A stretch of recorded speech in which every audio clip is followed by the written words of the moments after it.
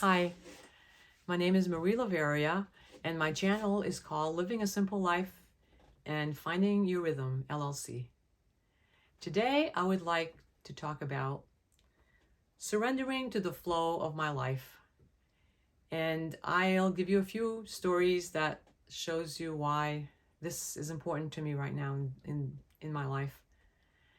So the first thing that I want to talk about is um, I have a friend that has invited me to go in the summertime when the weather's warm to go biking with him on Sunday mornings. He bought me a bike and I enjoy tagging along with him. But this past year, I decided to buy myself a fat tire electric bike. And I really like that bike because my friend's a very fast rider and I'm not such a fast rider on a pedal bike. But on my electric bike, I can either allow the electricity to boost me if I'm going up a hill or going slower, or I can just turn on the electric and it powers my bike and I just cruise along. I prefer doing that second part. So this one day last summer, my friend was ahead of me and I was following along, and we get to this stretch of street where the pavement is a fresh coat of pavement.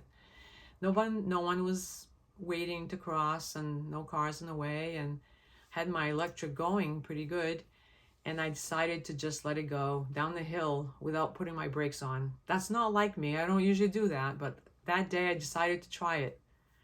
And I had the most exhilarating feeling of freedom as I did this down the hill, and I felt so good. And after the experience, I thought, where else in my life can I do this? Like figuratively speaking, where can I surrender to the flow of my life? How can I do that in other parts of my life? So I thought back in the different times that I didn't have that capacity of allowing, the flow of my life to just move forward. Excuse me. When I came back from New Mexico 7 years ago, I really wanted to work in a school setting as a licensed clinical social worker. I'm an LCSW and I do mental health therapy with people. And before I went to New Mexico, I had a job in a school for 5 years and I loved it.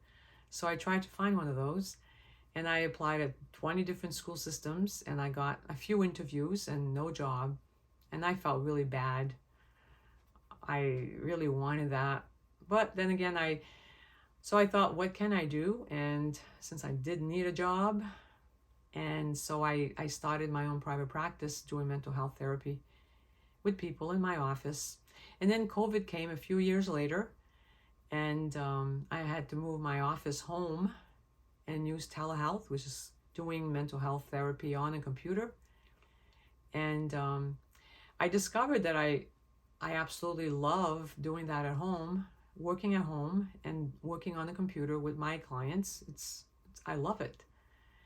And then I thought about, oh my goodness, if I would have been in a school setting, I know that the school that I had worked at before I went to New Mexico, after COVID started, they had a short break and then they started meeting again in school really early on, and they had to shut down again because they had a lot of cases of COVID.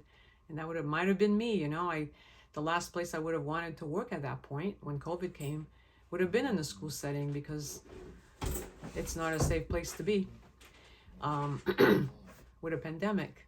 So anyway, I realized that if I would have not felt bad about it, just said, hey, this is the way I'm supposed to go, because it is the way. This is the best job I've ever had, this private practice.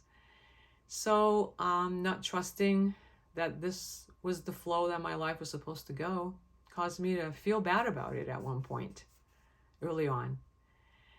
So that's a story that teaches me that in the future, in the present, I need to be more open to how my life unfolds and know that it's unfolding in the best way that it should be. And that is what I call surrendering to the flow of my life. Anyway, I hope you enjoyed this, and thank you for listening. And if you can, please subscribe to my channel. Talk to you next week.